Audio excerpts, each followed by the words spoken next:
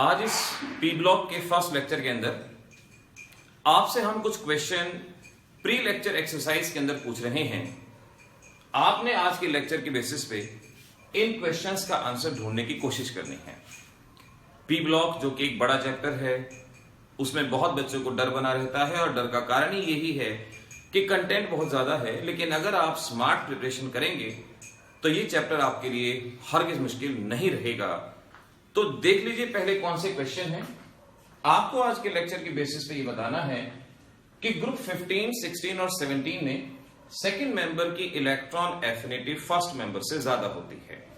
यानी जैसे कि अगर मैं ग्रुप 17 की बात करूं, क्लोरीन की इलेक्ट्रॉन एफिनिटी फ्लोरीन से ज्यादा है, फास्फोरस की नाइट्रोजन से ज्यादा है, तो हमें यह जवाब देना है कि सेकंड मेंबर की इलेक्ट्रॉन एफिनिटी फर्स्ट मेंबर से ज्यादा क्यों है, यह आंसर चाहिए। दूसरा क्वेश्चन है, नियॉन का साइज फ्लोरीन से क्यों बड़ा है। ग्रुप 18 का साइज ग्रुप 17 से बड़ा होता है, लेकिन आपको सिर्फ यह बताना है कि नियॉन का साइज फ्लोरीन से क्यों बड़ा है, और इसके दो रीजन आपको आज के लेक्चर के बाद अपनी नोटबुक में लिख लेने हैं। फिर आपको बताना है कि ग्रुप 16 में कौन सा एलिमेंट रेडियो एक्टिव है, उसका नाम क्या है और उसका नाम किस बेसिस पे रखा गया, ये आपने क्वेश्चन का आंसर सर्च करना है। फिर जवाब आएगी सल्फेट आयन की। SO4-2 पॉसिबल है, लेकिन SO4 और SO4+2 is not possible. Exam में कई बार इस तरह के क्वेश्चन आएंगे कि भाई एक चीज बनती है, एक चीज नहीं बनती, क्यों बनती है, क्या कारण है, क्या रीजन है। तो आपने ये बात यहां पर बतानी है कि ये पॉसिबल है लेकिन ये दोनों पॉसिबल नहीं है, उसका मेन रीजन क्या है। अगला क्वेश्चन जो बोर्ड एग्जामिनेशन में बहुत बार पूछा जा चुका है, NCl5 नहीं बनता लेकिन PCl5 फॉर्म होता है। NCl5 क्यों नहीं बनता, PCl5 फॉर्म होता है, इसका आंसर आप ढूंढेंगे। फिर आपने बताना है कि N2 की रिएक्टिविटी कम है और P4 की ज्यादा है। P4 बहुत ज्यादा रिएक्टिव है, इसे बल्कि रूम टेम्परेचर पे स्टोर करना मुश्किल होता है, पानी के अंदर इसको रखते हैं, इसका रीजन आपने बताना है। फिर आपने बताना है फ्लोरीन डिस्प्रोपोर्शनेशन रिएक्शन नहीं शो करता, यानी फ्लोरीन सिर्फ और सिर्फ इलेक्ट्रॉन गेन करता है, इलेक्ट्रॉन का लॉस नहीं करता, सिर्फ और सिर्फ इसका रिडक्शन होता है, इसका ऑक्सीडेशन नहीं होता। ऐसा क्यों है ये आपने यहां पर बताना है।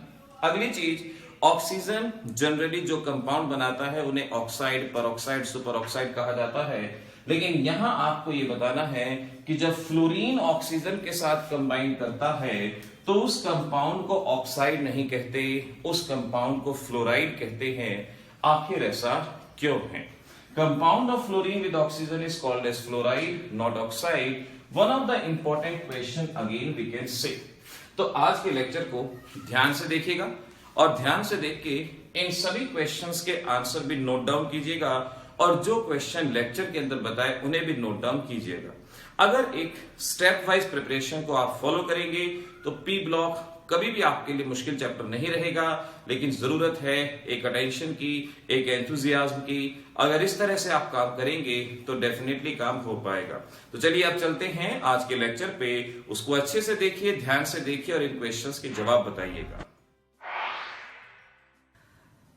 बहुत सारे बच्चों की बार बार रिक्वेस्ट करने के बाद आज हम कोशिश करेंगे कि P block element class 12th को किस तरह से सिस्टमैटिक वे में किया जाए और किन बातों का आपको खास तौर पे यहां ध्यान रखना होगा। देखिए, जहां तक एनसीईआरटी एक्सरसाइज की बात है वो तो आपको अच्छे से पढ़ने की कोशिश करनी ही है।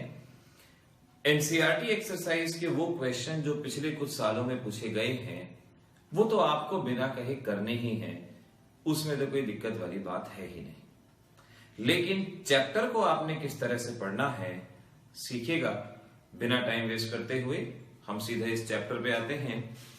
आपके सिलेबस में है ग्रुप नंबर 15 और ग्रुप नंबर 16, ग्रुप नंबर 17 और साथ में है ग्रुप नंबर 18।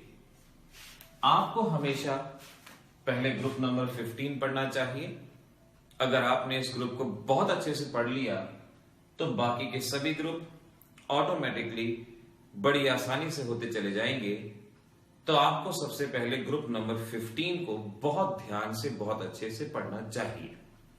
कैसे करेंगे देखिए। सबसे पहले आपको कोई भी ग्रुप अगर आप पढ़ते हैं उसके मेंबर के बारे में पता होना चाहिए कि उस ग्रुप के मेंबर क्या हैं। जैसे अगर मैं ग्रुप 15 की बात करता हूं तो मुझे इसके मेंबर पता हो, nitrogen, phosphorus, antimony, arsenic, antimony, bismuth, ये ग्रुप 15 के मेन एलिमेंट जो आपको ध्यान रखने हैं। ग्रुप 15 के एलिमेंट जान लिए। ऐसे ही जब आप ग्रुप 16 पढ़ें आपको उसके मेंबर पता होने चाहिए। हमारे पास oxygen, sulphur, selenium, tellurium, polonium, ये हमें याद होना चाहिए। पोलोनियम यहां पे रेडियो एक्टिव है, इसीलिए आपको इसे ग्रुप 16 के साथ पढ़ने की जरूरत ही नहीं है। तो एक एलिमेंट यहां हटा दिया गया। एक नंबर का क्वेश्चन बनता है कि कौन सा एलिमेंट रेडियो एक्टिव, इसे ध्यान रखेंगे। ऐसे ही ग्रुप 17 में फ्लोरीन, क्लोरीन, ब्रोमीन, आयोडीन, सिर्फ और सिर्फ इन 4 मेंबर पे ध्यान देना है, एस्टेटाइन पे ध्यान देने की जरूरत नहीं है। तो जब भी इस ग्रुप को पढ़ें ऐसे ही पहले हर एक ग्रुप में आपने उसके मेंबर के बारे में पढ़ा। अगली चीज सिस्टमैटिक वे में साथ के साथ पढ़ने की कोशिश करें, वो आपके लिए बेटर रहेगा। जैसे आपको यहां पर यह पढ़ना चाहिए कि एटॉमिक साइज का क्या ट्रेंड होता है। तो मैं यहां पर आपको प्रॉपर्टी वाइज इनकी स्टडी करके बताता हूं। एटॉमिक साइज हमेशा, चाहे आप क्लास 11 पढ़ रहे हैं चाहे क्लास 12 पढ़ रहे हैं, जब भी आप एस ब्लॉक या पी ब्लॉक पढ़ें हमेशा पहले एटॉमिक साइज के बारे में पढ़ें। ग्रुप नंबर 15 में या किसी भी ग्रुप में down the group size increase होता है। नाइट्रोजन का साइज सबसे छोटा होगा, डाउन द ग्रुप साइज लगातार बढ़ता जाएगा। ऐसे ही ग्रुप 16 में साइज बढ़ता जाएगा, 17 में बढ़ता जाएगा। यानी डाउन द ग्रुप पे कोई क्वेश्चन नहीं बनेगा क्योंकि साइज लगातार एक यूनिफॉर्म वेरिएशन शो कर रहा है। आपको यहां पर जो चीज याद करनी है वो ये है कि atomic size of nitrogen is less than oxygen, ये आपको यहां से आना चाहिए। जनरल ट्रेंड ये होता है पीरियड में साइज डिक्रीज होता है, तो होना ये चाहिए ऑक्सीजन का साइज स्मॉल होना चाहिए, लेकिन नाइट्रोजन का साइज ऑक्सीजन से स्मॉल है। रीजन सिंपल है, due to repulsion in the paired electron in p subshell. Oxygen में पी सबशेल में पेयर इलेक्ट्रॉन होते हैं, रिपल्शन होती है और इसी वजह से इसका साइज बढ़ जाता है। ऐसे ही आपको ध्यान रखना होगा नियॉन और फ्लोरीन के केस में कि नियॉन का साइज फ्लोरीन से बड़ा है। कारण है क्योंकि वहां पर ऑक्टेट पूरी तरह से है, कंप्लीट ऑक्टेट में स्लाइड रिपल्शन, और रिपल्शन की वजह से वहां पर साइज जरा सा इंक्रीज होगा। तो हमारा एटॉमिक साइज का सिर्फ ये 2 क्वेश्चन आपको याद होने चाहिए। अगली चीज है आयोनाइजेशन एनर्जी या ionization enthalpy. Ionization energy atomic size के इनवर्सली प्रोपोर्शनल होती है। डाउन द ग्रुप साइज बढ़ता है तो आयोनाइजेशन एनर्जी डिक्रीज होगी, सिंपल सी बात है। अब जो क्वेश्चन आपको याद करना है, ionization energy of nitrogen is higher than oxygen, ये याद करना है। कारण क्या होगा, परहैप्स आप जानते हैं, due to half filled electronic configuration, इस वजह से नाइट्रोजन की आयोनाइजेशन एनर्जी ज्यादा है। ग्रुप 18 की आयोनाइजेशन एनर्जी ग्रुप 17 से ज्यादा है और इसका रीजन हो गया due to completely filled configuration of group number 18। तो 2 पॉइंट हमारे यहां पर इस तरह से क्लियर होते हैं। तीसरी चीज आपको जाननी चाहिए इलेक्ट्रॉन गेन एंथैल्पी, जिसे इलेक्ट्रॉन एफिनिटी भी कहा जाता है। ग्रुप 15 में क्योंकि हाफ फील्ड कॉन्फ़िगरेशन है, इनकी इलेक्ट्रॉन एफिनिटी बहुत कम होती है, इलेक्ट्रॉन गेन एंथैल्पी बहुत कम होती है, ये बात याद रखेंगे, because of half filled configuration. Group 18 की भी इलेक्ट्रॉन एफिनिटी बहुत कम होगी due to half filled configuration. तो पहला क्वेश्चन तो ये हो गया कि इलेक्ट्रॉन एफिनिटी नाइट्रोजन की कम है ऑक्सीजन से। जवाब है due to half filled electronic configuration. और दूसरा क्वेश्चन आपने ध्यान रखना है, nitrogen phosphorus, oxygen sulphur and fluorine chlorine. Generally हम जानते हैं electron affinity down the group increase होती है। अब डाउन द ग्रुप जनरल अगर इंक्रीज है तो वो चीज आपके किसी काम की नहीं, वो तो एक जनरल ट्रेंड है। आपको क्या ध्यान रखना है, स्मार्ट प्रिपरेशन। आपको इन तीन ग्रुप के अंदर ये ध्यान रखना है कि सेकंड मेंबर की इलेक्ट्रॉन एफिनिटी फर्स्ट मेंबर से ज्यादा होती है, यानी फास्फोरस की इलेक्ट्रॉन एफिनिटी ज्यादा, सल्फर की ज्यादा, क्लोरीन की ज्यादा। क्लोरीन की इलेक्ट्रॉन एफिनिटी फ्लोरीन से ज्यादा है, क्योंकि फर्स्ट मेंबर का साइज बहुत छोटा होता है, आने वाले इलेक्ट्रॉन के लिए रिपल्शन मिलता है, इसीलिए पहला मेंबर आसानी से इलेक्ट्रॉन गेन नहीं करता, और दूसरा मेंबर का साइज जरा सा बड़ा होता है और वो आसानी से इलेक्ट्रॉन गेन करता है। ध्यान रखेंगे सिर्फ इन्हीं तीन ग्रुप के अंदर सेकंड मेंबर की इलेक्ट्रॉन एफिनिटी फर्स्ट मेंबर से ज्यादा होती है, इस बात को आप ध्यान रखेंगे। अगला पॉइंट आपको पढ़ना चाहिए ऑक्सीडेशन स्टेट रेंज के बारे में, कि ये कौन कौन सी ऑक्सीडेशन स्टेट शो कर सकते हैं। ऑक्सीडेशन स्टेट रेंज का मतलब है कोई एलिमेंट कितने इलेक्ट्रॉन का लॉस करेगा या गेन करेगा अपना ऑक्टेट पूरा करने के लिए, कितने का लॉस करेगा या कितने का गेन करेगा। कैसे मालूम पड़ेगा, देखो हम जानते हैं सपोज फास्फोरस 285 5 इलेक्ट्रॉन है, या तो ये 5 इलेक्ट्रॉन का लॉस कर सकता है या 3 इलेक्ट्रॉन का गेन कर सकता है ऑक्टेट पूरा करने के लिए।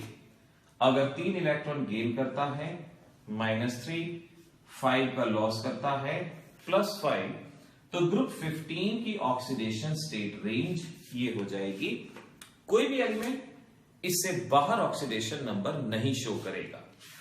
ऐसे ही ग्रुप नंबर 16 में सल्फर है, और सल्फर की रेंज क्या हो जाएगी, 2 गेन कर सकता है, 6 का लॉस, -2 to +6, ये ग्रुप 16 की रेंज रहेगी। और 17 की अगर आप रेंज देखें, क्या बता पाएंगे, 287, आई थिंक आप बता पाएंगे 7 इलेक्ट्रॉन, यानी -1 to +7, ये 1 इलेक्ट्रॉन का गेन कर सकता है और 7 इलेक्ट्रॉन का लॉस कर सकता है। इस तरह से ऑक्सीडेशन स्टेट रेंज को निकाला जाएगा, ये हमें यहां पर याद रहे। अलग अलग तरह के क्वेश्चन आ सकते हैं। नाइट्रोजन मैक्सिमम ऑक्सीडेशन स्टेट क्या शो कर सकता है, +5 जैसा नाइट्रिक एसिड में। ऑक्सीजन क्या शो कर सकता है, सल्फर क्या शो कर सकता है, etcetera. Fluorine, chlorine, bromine group की रेंज है -1 to +7, लेकिन फ्लोरीन क्योंकि मोस्ट इलेक्ट्रोनेगेटिव है तो ये सिर्फ और सिर्फ -1 ऑक्सीडेशन स्टेट शो करेगा। तो यहां से याद रखने वाला पॉइंट हो गया रिगार्डिंग फ्लोरीन, ये सिर्फ और सिर्फ -1 ऑक्सीडेशन स्टेट शो करेगा। अगली चीज है जिसे कोवैलेंसी कहा जाता है। कोवैलेंसी का मतलब कोई भी एलिमेंट कितने कोवैलेंट और कितने कोऑर्डिनेट बॉन्ड बना सकता है। कोवैलेंट बॉन्ड तो उतने ही बनाएगा जितने अनपेयर्ड इलेक्ट्रॉन हैं।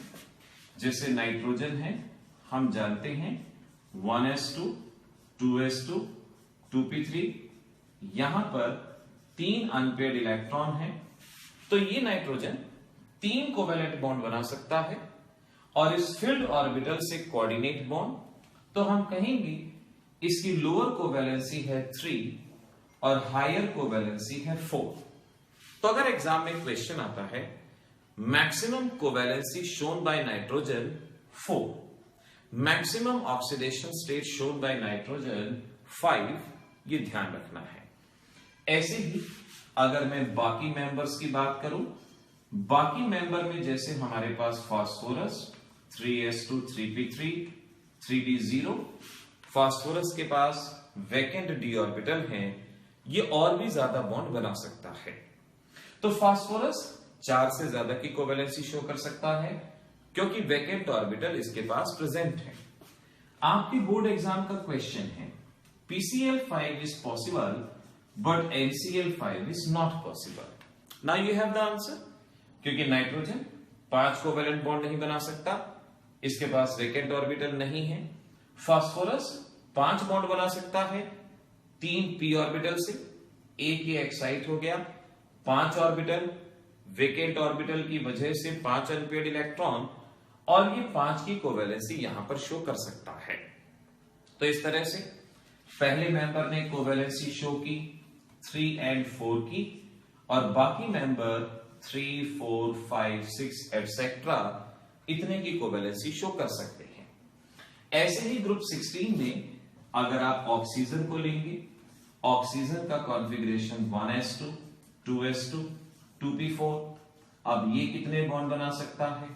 2 अनपेयर्ड इलेक्ट्रॉन है तो ये 2 कोवेलेंट बॉन्ड बना सकता है, बाकी कोऑर्डिनेट बॉन्ड। और पाया गया है कि ऑक्सीजन मैक्सिमम 3 बॉन्ड बना सकता है, लाइक इन H3O पॉजिटिव। इस तरह से ऑक्सीजन मैक्सिमम कोवेलेंसी 3 की शो करेगा। बाकी मेंबर क्योंकि वैकेंट ऑर्बिटल होंगे, वो ज्यादा की कोवेलेंसी भी वहां पर शो कर सकते हैं। ऐसे ही आप फ्लोरीन क्लोरीन को सॉल्व कर लेंगे। फ्लोरीन सिर्फ 1 की कोवेलेंसी शो कर सकता है, और बाकी मेंबर 1 से ज्यादा की कोवेलेंसी भी शो कर सकते हैं। ये बात आप यहां से याद रख पाएंगे। तो atomic size, ionization energy, electron gain enthalpy, oxidation state, range, covalency, इसके बेसिस पे हर क्वेश्चन आपका सॉल्व होता जाएगा। अगर आप ध्यान से इनको करते जाएंगे आपको कोई दिक्कत नहीं आएगी। हर एक क्वेश्चन इसी तरह से यहां पर सॉल्व होता जाएगा, ध्यान रखें। तो इस वीडियो लेक्चर को पार्ट 1 नाम दिया जाता है क्योंकि यहां पर हम सिर्फ इतना ही सीखेंगे। जितना आपको सिखाया गया उसको बहुत अच्छे से पढ़ें, अपने नोट्स बनाएं, उसको रिवाइज करें, और बाकी चीजें हम नेक्स्ट वीडियो लेक्चर के अंदर यहां सीखेंगे और इस चैप्टर को समअप करने की कोशिश करेंगे। देखिए, कोशिश करनी है आपको, और बिल्कुल इसी तरह से शॉर्टकट में रह के आप पी ब्लॉक चैप्टर की शुरुआत करेंगे। जिस तरह से मैंने बताया, पहले इसको अच्छे से पढ़ें, उसके बाद बेशक से आप बुक पढ़े या ना पढ़े, that is up to you, लेकिन शुरुआत आपकी यहीं से होनी चाहिए। देखते रहिए अब हमारे आगे आने वाले वीडियो जो इस चैप्टर को अच्छे से एक्सप्लेन करेंगे।